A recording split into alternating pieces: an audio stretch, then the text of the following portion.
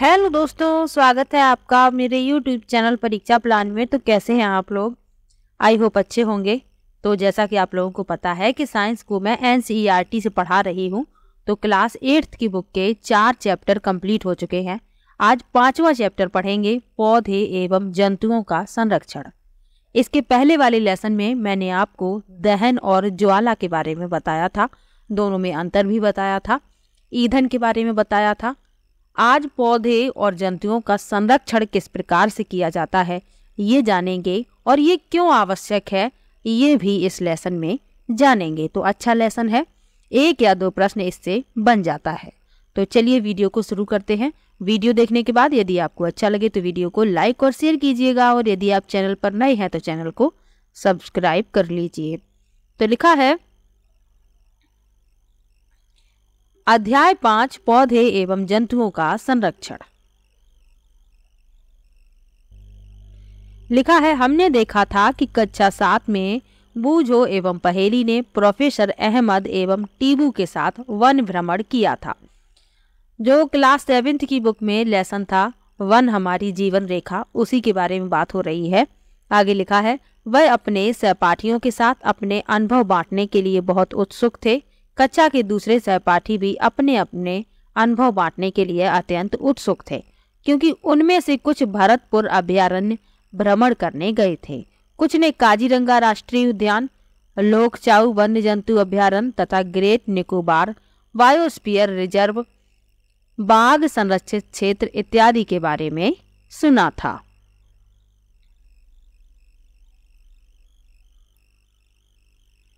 तो बच्चे अलग अलग जगह पर भ्रमण के लिए गए थे, तो बच्चे अपने अनुभव एक दूसरे के साथ बांटना चाहते थे। अब सबसे पहले लिखा है कि वनोन्मूलन एवं इसके कारण, यानी वन क्यों समाप्त हो रहे हैं और इसका कारण क्या है, इसके बारे में लिखा है। तो लिखा है, हमारी पृथ्वी पर नाना प्रकार के पौधे एवं जंतु पाए जाते हैं, यानी कि अनेक प्रकार के जंतु और पौधे हैं। ये मानव जाति के अस्तित्व एवं भली प्रकार से रहने के लिए आवश्यक होते हैं, क्योंकि आप पिछले लेसन में पढ़ चुके हैं कि पौधे जो हैं हमें भोजन उपलब्ध कराते हैं। मनुष्य और जीव जंतु प्रत्यक्ष अथवा परोक्ष रूप से पौधों पर ही निर्भर हैं, और जो पेड़ पौधे होते हैं ये हमें श्वसन के लिए ऑक्सीजन भी उपलब्ध कराते हैं। तो ये बहुत ही आवश्यक है। आगे लिखा है, आज इन जीवों के अस्तित्व के लिए वनोन्मूलन एक बहुत बड़ा खतरा बन गया है। हम जानते हैं वनोन्मूलन का अर्थ है वनों को समाप्त करने पर प्राप्त भूमि का अन्य कार्यों में उपयोग करना, क्योंकि बड़े बड़े कारखाने लगाए जा रहे हैं, फैक्ट्रियां लगाई जा रही हैं, इसलिए ये जो वन है इन्हें समाप्त किया जा रहा है। आगे लिखा है, वन में वृक्षों की कटाई निम्न उद्देश्य से की जाती है। क्या क्या उद्देश्य हैं जिनके लिए वन समाप्त किए जा रहे हैं? तो कृषि के लिए भूमि प्राप्त करना, घरों एवं कारखानों का निर्माण, फर्नीचर बनाने अथवा लकड़ी का ईंधन के रूप में उपयोग।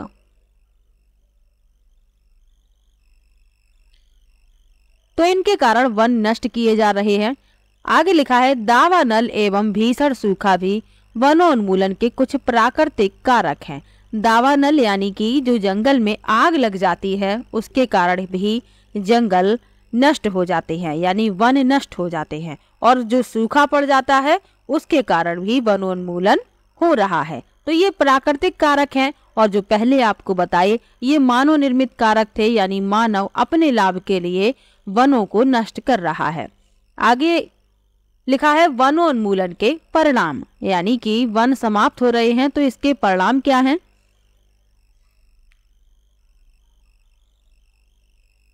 तो लिखा है, पहेली एवं बूझो ने वनोन्मूलन के परिणाम याद करने का प्रयास किया।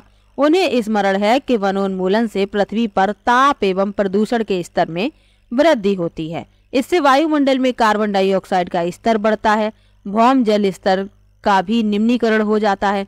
उन्हें पता है कि वनोन्मूलन से प्राकृतिक संतुलन भी प्रभावित होता है। प्रोफेसर अहमद ने उन्हें बताया था कि यदि वृक्षों की इसी प्रकार अनवरत कटाई चलती रही तो वर्षा एवं भूमि की उर्वरता में कमी आ जाएगी। इसके अतिरिक्त बाढ़ तथा सूखे जैसी प्राकृतिक आपदाओं की संभावना बढ़ जाती है। तो वनोन्मूलन के कारण वर्षा में भी कमी आती है, भूमि की उर्वरता में कमी आ जाती है और इसके अतिरिक्त क्या होता है, बाढ़ और सूखे जैसी प्राकृतिक आपदाओं की संभावनाएं भी बढ़ जाती हैं। आगे लिखा है, याद कीजिए कि प्रकाश संश्लेषण की क्रिया में पौधों को भोजन बनाने के लिए कार्बन डाइऑक्साइड की आवश्यकता होती है। कम वृक्षों का अर्थ है कार्बन डाइऑक्साइड के उपयोग में कमी आना, जिससे वायुमंडल में इसकी मात्रा बढ़ जाती है। क्योंकि कार्बन डाइऑक्साइड पृथ्वी द्वारा उत्सर्जित ऊष्मीय विकिरणों का प्रग्रहण कर लेती है, अतः इसकी मात्रा में वृद्धि के परिणाम स्वरूप विश्व उष्णन होता है। पृथ्वी के ताप में वृद्धि के जल चक्र का संतुलन बिगड़ जाता है। यानी कि पृथ्वी के ताप में वृद्धि हो जाती है तो जल चक्र का संतुलन बिगड़ जाता है, वर्षा दर में कमी आती है जिसके कारण सूखा पड़ता है। तो ये वनोन्मूलन के कारण ही होता है। आगे लिखा है, मृदा के गुणों में परिवर्तन आने का मुख्य कारण वनोन्मूलन है। किसी क्षेत्र की मृदा के भौतिक गुणों पर वृक्षारोपण और वनस्पति का प्रभाव पड़ता है। भूमि पर वृक्षों की कमी होने से मृदा अपरदन अधिक होता है। मृदा की ऊपरी परत हटाने से नीचे की कठोर चट्टानें दिखाई देने लगती हैं। इससे मृदा में ह्यूमस की कमी होती है। अब आप लोगों को मैंने बताया था, जो ह्यूमस होता है वह मृदा की सबसे ऊपरी परत में होता है। तो जब ऊपर की परत बह जाती है तो मृदा में ह्यूमस की कमी होती है तथा इसकी उर्वरता भी अपेक्षाकृत कम होती है। धीरे धीरे उर्वर भूमि मरुस्थल भूमि में परिवर्तित हो जाती है। इसे मरुस्थलीकरण कहते हैं। यानी कि अब इस भूमि पर फसलें नहीं उगाई जा सकती। आगे लिखा है, वनोन्मूलन से मृदा की जल धारण क्षमता तथा भूमि की ऊपरी सतह से जल के नीचे की ओर अंतःस्रवण पर भी विपरीत प्रभाव पड़ता है, जिसके परिणाम स्वरूप बाढ़ आती है। मृदा के अन्य गुण जैसे कि पोषक तत्व, गठन इत्यादि भी वनोन्मूलन के कारण प्रभावित होते हैं। हमने कक्षा 7 में पढ़ा था कि वनों से हमें अनेक उत्पाद प्राप्त होते हैं। इन उत्पादों की सूची बनाइए।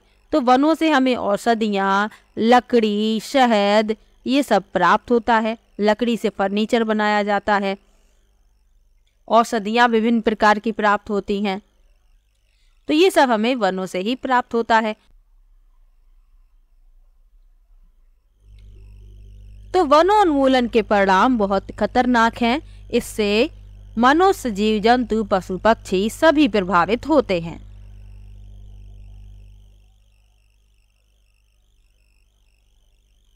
अब लिखा है, वन एवं वन्य प्राणियों का संरक्षण। यानी वन का भी संरक्षण करना है और वन्य प्राणियों का भी, जो वन में रहते हैं, वनों पर आश्रित हैं, तो उनका भी संरक्षण करना है। कैसे करना है ये बताया गया है। लिखा है, वनोन्मूलन के प्रभाव जानने के पश्चात पहेली एवं बूझो चिंतित थे। वे प्रोफेसर अहमद के पास गए तथा उन्होंने पूछा कि वन एवं वन्य प्राणियों को किस प्रकार बचाया जा सकता है।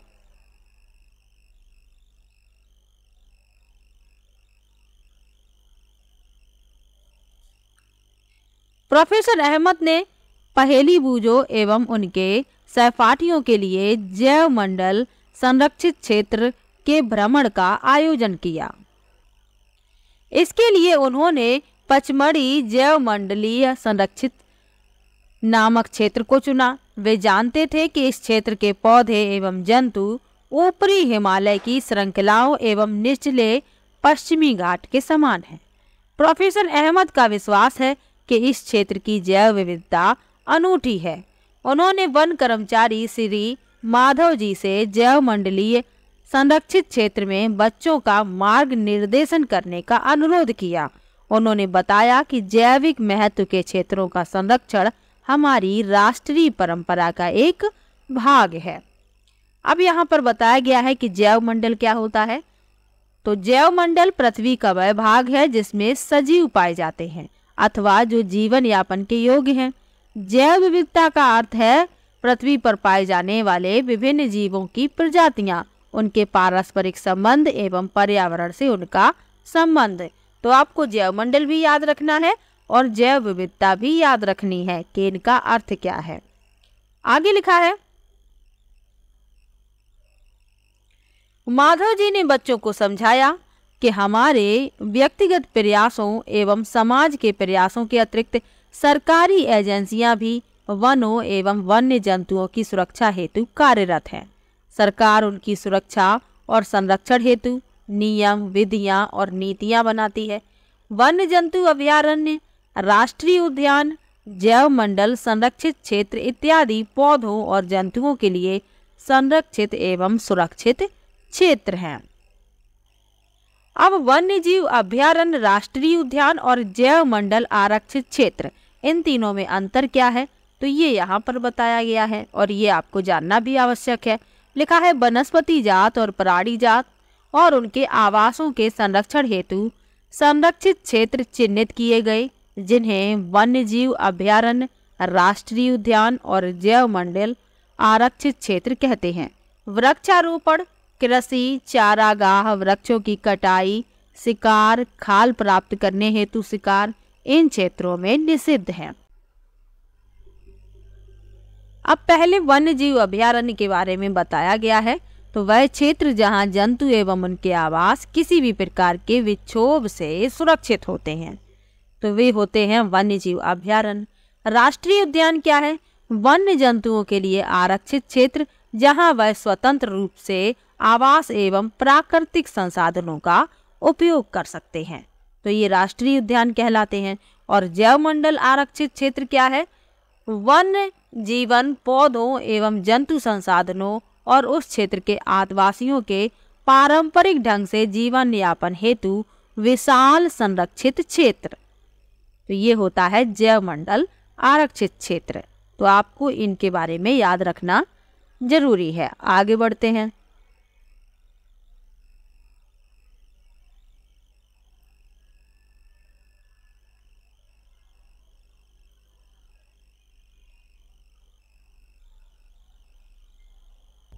अब एक प्रश्न पूछा जाता है कि भारत का सबसे पुराना राष्ट्रीय उद्यान यानी कि नेशनल पार्क कौन सा है? तो यह है जिम कॉर्बेट नेशनल पार्क। ये उत्तराखंड में है। इसका पुराना नाम हैली राष्ट्रीय उद्यान है। अब इसका नाम है जिम कॉर्बेट नेशनल पार्क यानी जिम कॉर्बेट राष्ट्रीय उद्यान। पुराना नाम भी याद रखना है, हैली राष्ट्रीय उद्यान। ये उत्तराखंड में है। अब लिखा है जैव मंडल आरक्षण।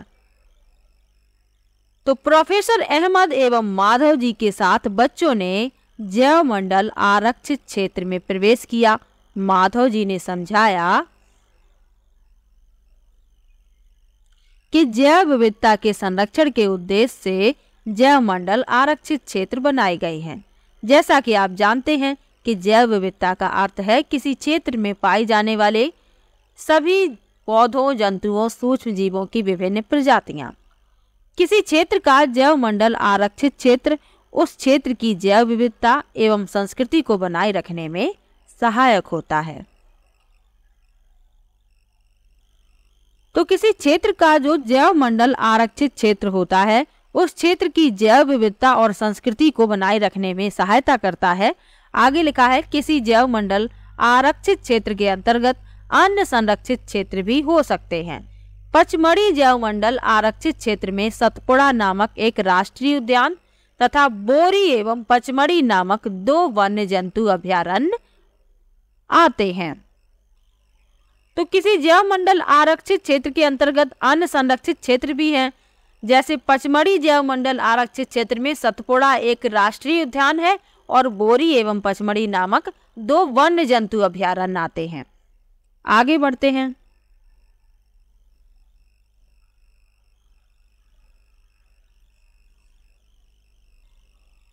यहाँ पर आप नक्शे में पचमढ़ी जैव मंडल आरक्षित क्षेत्र देख सकते हैं।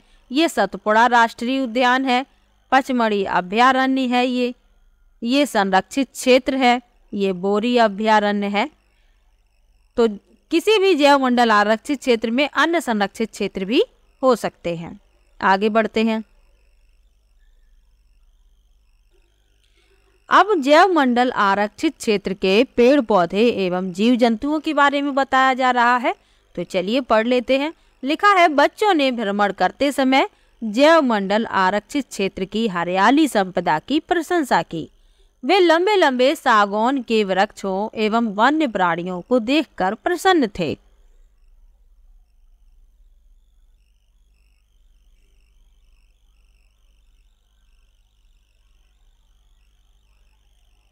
आगे लिखा है, पहेली ने अचानक एक खरगोश देखा और उसे पकड़ने का प्रयास किया। वह उसके पीछे दौड़ने लगी। प्रोफेसर अहमद ने उसे रोका। उन्होंने समझाया कि जंतु अपने आवास में प्रसन्न रहते हैं, हमें उनको परेशान नहीं करना चाहिए।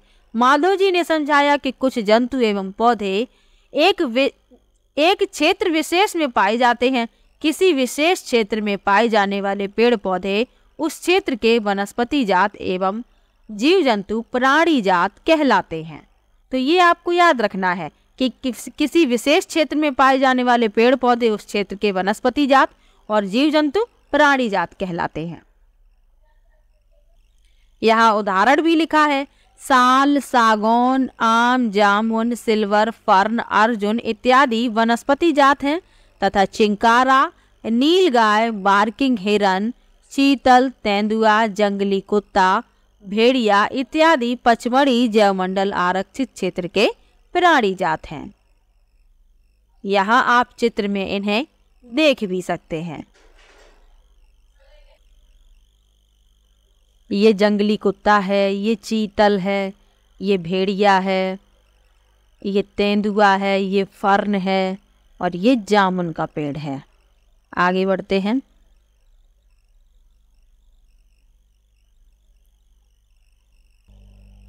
अब लिखा है विशेष क्षेत्रीय प्रजाति। तो ये क्या होती है? तो पौधे एवं जंतुओं की वह प्रजाति जो किसी विशेष क्षेत्र में विशिष्ट रूप से पाई जाती है उसे विशेष क्षेत्रीय स्पीसीज कहते हैं, यानी कि प्रजाति कहते हैं। तो चलिए पढ़ लेते हैं। इसमें नीचे ये बताया जाएगा। लिखा है, बच्चे शीघ्र ही शांतिपूर्वक गहरे वन में प्रविष्ट हो गए। बच्चे एक विशालकाय गिलहरी को देखकर अचंभित रह गई। इस गिलहरी की एक लंबी फरदार पूंछ है। वे इसके विषय में जानने के लिए बहुत उत्सुक हैं।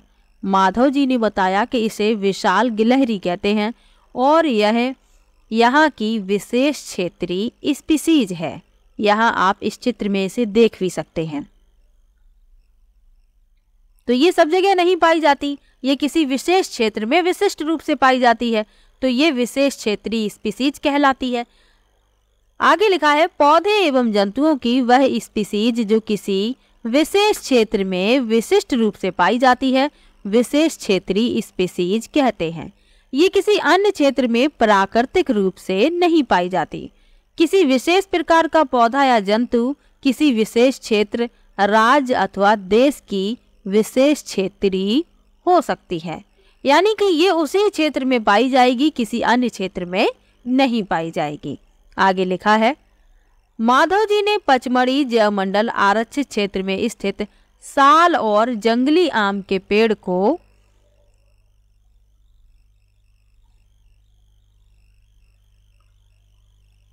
दिखाकर विशेष क्षेत्रीय वनस्पति जगत का उदाहरण दिया। विषण, भारतीय विशाल गिलहरी तथा उड़ने वाली गिलहरी इस क्षेत्र के विशेष क्षेत्रीय प्राणी हैं। यहाँ आप ये जंगली आम का वृक्ष देख सकते हैं।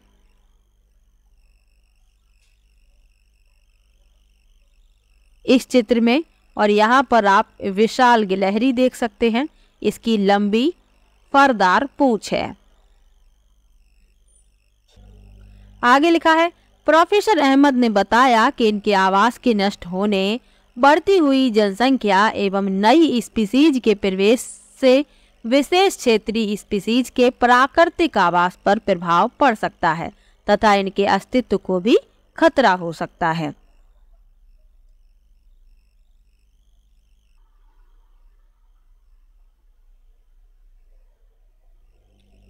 यहाँ एक महत्वपूर्ण तथ्य लिखा हुआ है। क्या लिखा है? स्पीसीज सजीवों की समिष्टि का वह समूह है जो एक दूसरे से अंतर्जनन करने में सक्षम होते हैं। इसका अर्थ है कि एक जाति के सदस्य केवल अपनी जाति के सदस्यों के साथ अन्य जाति के सदस्यों को छोड़कर जननक्षम संतान उत्पन्न कर सकते हैं। एक जाति के सदस्यों में समान लक्षण पाए जाते हैं। अब लिखा है वन्य प्राणी अभयारण्य, इसके बारे में भी पढ़ना आवश्यक है। तो शीघ्र ही पहेली ने एक बोर्ड देखा जिस पर लिखा हुआ था पचमढ़ी वन्य प्राणी अभयारण्य। प्रोफेसर अहमद ने बताया कि आरक्षित वनों की तरह ही कुछ ऐसे क्षेत्र हैं जहां वन्य प्राणी यानी जंतु सुरक्षित एवं संरक्षित रहते हैं, इन्हें वन्य प्राणी अभयारण्य कहते हैं। माधव जी पुनः बताते हैं कि वन के अभयारण्य वह स्थान है जहां प्राणियों एवं जंतुओं को मारना, शिकार करना अथवा पकड़ना पूर्णतः निषिद्ध एवं दंडनीय अपराध है। तो यहाँ पर जो जंतु रहते हैं उनको पकड़ना, उनका शिकार करना ये पूर्णतः निषिद्ध होता है और ये दंडनीय अपराध है, यानी यदि कोई ऐसा करता है तो उसे दंड दिया जाता है। आगे लिखा है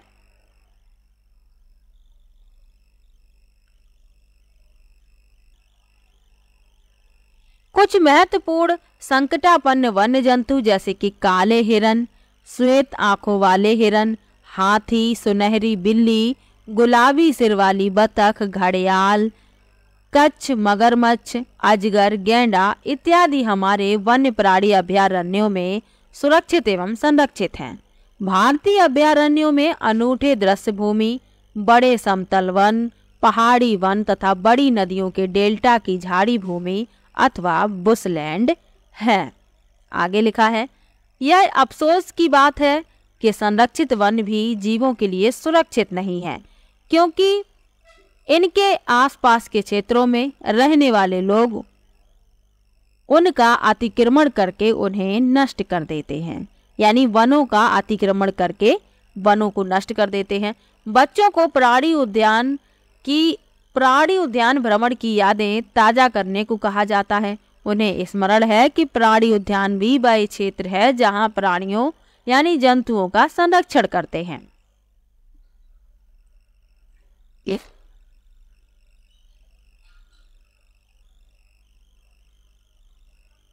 अब राष्ट्रीय उद्यान के बारे में बताया जा रहा है।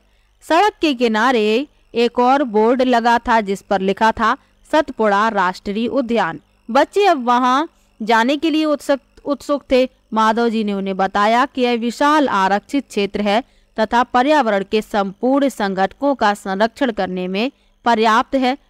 इसे राष्ट्रीय उद्यान कहते हैं। यह वनस्पति जात, प्राणी जात, दृश्य भूमि, ऐतिहासिक वस्तुओं का संरक्षण करते हैं। सतपुड़ा राष्ट्रीय उद्यान भारत का प्रथम आरक्षित वन है। सर्वोत्तम किस्म की टीक यानी कि सागौन इस वन में मिलती है। तो ये आपको याद रखना है कि सतपुड़ा राष्ट्रीय उद्यान भारत का प्रथम आरक्षित क्षेत्र है और यहाँ पर सबसे अच्छे किस्म की सागौन मिलती है।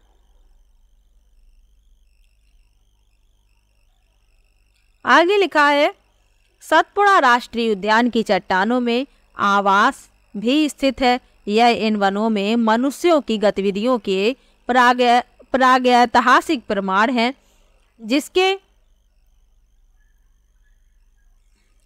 जिससे हमें आदिमानव के जीवन यापन के बारे में पता चलता है। चट्टानों के इन मानव आवासों में कुछ पेंटिंग कलाकृतियां भी मिलती हैं। पचमढ़ी जैव मंडल संरक्षित क्षेत्र में 55 चट्टान आवास की पहचान की जा चुकी है। जंतु एवं मनुष्य को इन कलाकृतियों में लड़ते हुए, शिकार, नृत्य एवं वाद्य यंत्रों को बजाते हुए दर्शाया गया है। आज भी अनेक आदिवासी जंगल में रहते हैं। आगे लिखा है जैसे बच्चे आगे बढ़े उन्हें एक बोर्ड दिखाई दिया जिस पर लिखा था सतपुड़ा बाघ आरक्षित क्षेत्र। माधव जी बताते हैं कि हमारी सरकार ने बाघों के संरक्षण हेतु प्रोजेक्ट टाइगर अथवा बाघ परियोजना लागू की। इस परियोजना का उद्देश्य अपने देश में बाघों की उत्तरजीविता एवं संवर्धन करना था।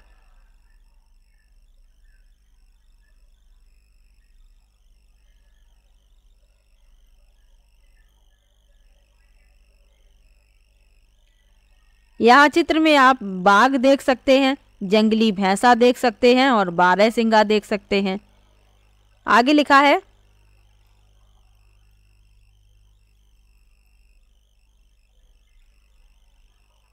बाघ उन स्पीसीज यानी प्रजातियों में से एक है जो धीरे धीरे हमारे वनों से विलुप्त होते जा रहे हैं।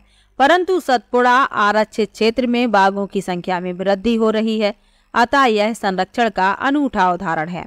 किसी समय शेर, हाथी, जंगली भैंसे, बारहसिंगा भी सतपुड़ा राष्ट्रीय उद्यान में पाए जाते थे। वे जंतु जिनकी संख्या एक निर्धारित स्तर से कम होती जा रही है और वे विलुप्त हो सकते हैं, संकटापन्न जंतु कहलाते हैं। और ये पूछा भी जाता है, यानी कि इनका जो अस्तित्व है वह खतरे में है, भविष्य में ये विलुप्त हो सकती हैं, तो ये संकटापन्न जंतु या संकटापन्न प्रजातियां कही जाती हैं। बूझों को डायनासोर के विषय में याद दिलाया गया, जो लाखों वर्षों पूर्व विलुप्त हो चुके थे। कुछ जीवों के प्राकृतिक आवास में व्यवधान होने से उनके अस्तित्व को खतरा पैदा हो गया है। प्रोफेसर अहमद ने बताया कि पौधों और जंतुओं के संरक्षण के उद्देश्य से सभी राष्ट्रीय उद्यानों में कड़े नियम लागू किए जाते हैं।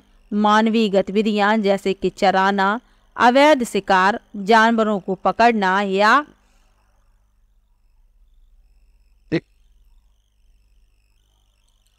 मारना, जलावन पौधे की लकड़ी या औषधि पौधे एकत्र करना स्वीकार नहीं है। माधव जी पहेली को बताते हैं कि बड़े जंतुओं की अपेक्षा छोटे प्राणियों के विलुप्त होने की संभावना कहीं अधिक है। अक्सर हम सांप, मेढक, छिपकली, चमगादड़ तथा उल्लू इत्यादि को निर्दयता से मार डालते हैं और पारितंत्र में उनके महत्व के विषय में सोचते भी नहीं हैं। उनको मारकर हम स्वयं को हानि पहुंचा रहे हैं। यद्यपि वे आकार में छोटे हैं, परंतु पारितंत्र में उनके योगदान को अनदेखा नहीं किया जा सकता। वे आहार जाल एवं आहार श्रृंखला के भाग हैं।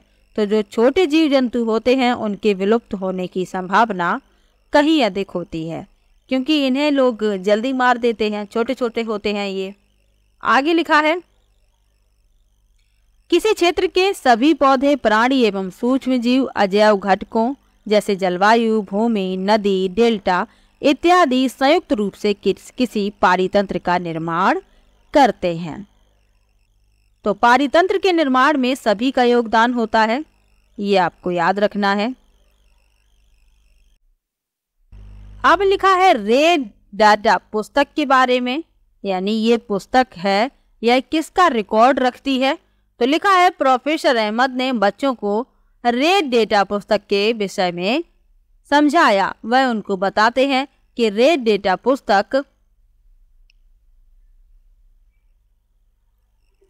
वह पुस्तक है जिसमें सभी संकटापन्न स्पीसीज का रिकॉर्ड रखा जाता है। पौधों, जंतुओं और अन्य स्पीसीज के लिए अलग अलग रेड डेटा पुस्तकें हैं और कंप्यूटर से आप इसकी जानकारी को प्राप्त कर सकते हैं। अब लिखा है प्रवास के बारे में। तो माधव जी के निर्देशन में भ्रमण पार्टी गहरे वन में प्रवेश करती है। वह तवा संरक्षित क्षेत्र में कुछ समय आराम करते हैं। पहेली ने नदी के समीप कुछ पक्षी देखे। माधव जी बताते हैं कि यह प्रवासी पक्षी हैं। ये संसार के अन्य भागों से उड़कर यहाँ आए हैं। जलवायु में परिवर्तन के कारण प्रवासी पक्षी प्रत्येक वर्ष सुदूर क्षेत्रों से एक निश्चित समय पर उड़कर आते हैं। वह यहाँ अंडे देने के लिए आते हैं, क्योंकि उनके मूल आवास में बहुत अधिक शीत के कारण वह स्थान उस समय जीवन यापन हेतु अनुकूल नहीं होता। ऐसे पक्षी जो उड़कर सुदूर क्षेत्रों तक लंबी यात्रा करते हैं प्रवासी पक्षी कहलाते हैं। तो ये आपको याद रखना है, जो प्रवासी पक्षी होते हैं ये सुदूर क्षेत्रों से लंबी यात्रा करके आते हैं।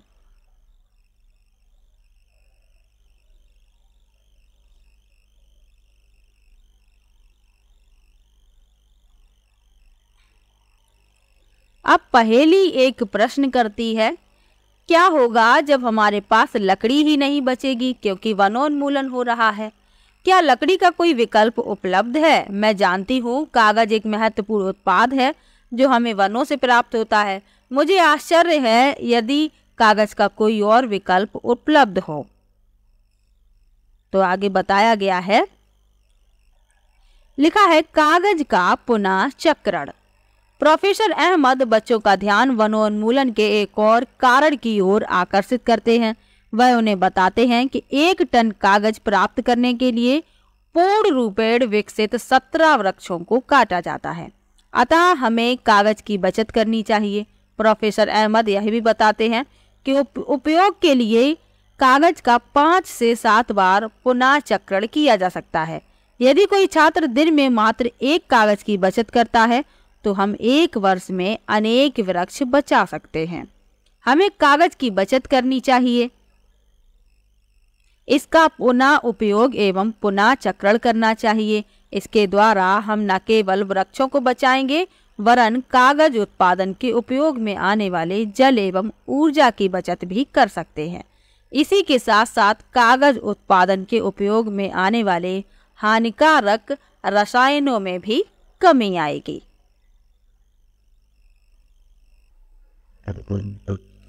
अब लिखा है पुनर्वन रोपण, यानी वृक्षों को पुनः रोपा जाए। तो प्रोफेसर अहमद का सुझाव है कि वनोन्मूलन का उत्तर पुनर्वन रोपण है। पुनर्वन रोपण में काटे गए वृक्षों की कमी पूरी करने के उद्देश्य से नए वृक्षों का रोपण करना है। रोपण वाले वृक्ष सामान्यतः उसी स्पीसीज के होते हैं जो उस वन में पाए जाते हैं। हमें कम से कम उतने वृक्ष तो लगाने ही चाहिए जितने हम काटते हैं। प्राकृतिक रूप से भी वन का पुनर्रोपण हो सकता है। यदि वनोन्मूलन क्षेत्र को आबादित छोड़ दिया जाए तो यह स्वतः पुनर्स्थापित हो जाता है। प्राकृतिक पुनर्वन रोपण में मानव गतिविधियों का कोई स्थान नहीं है। हम अपने वनों को अब तक बहुत अधिक नष्ट कर चुके हैं।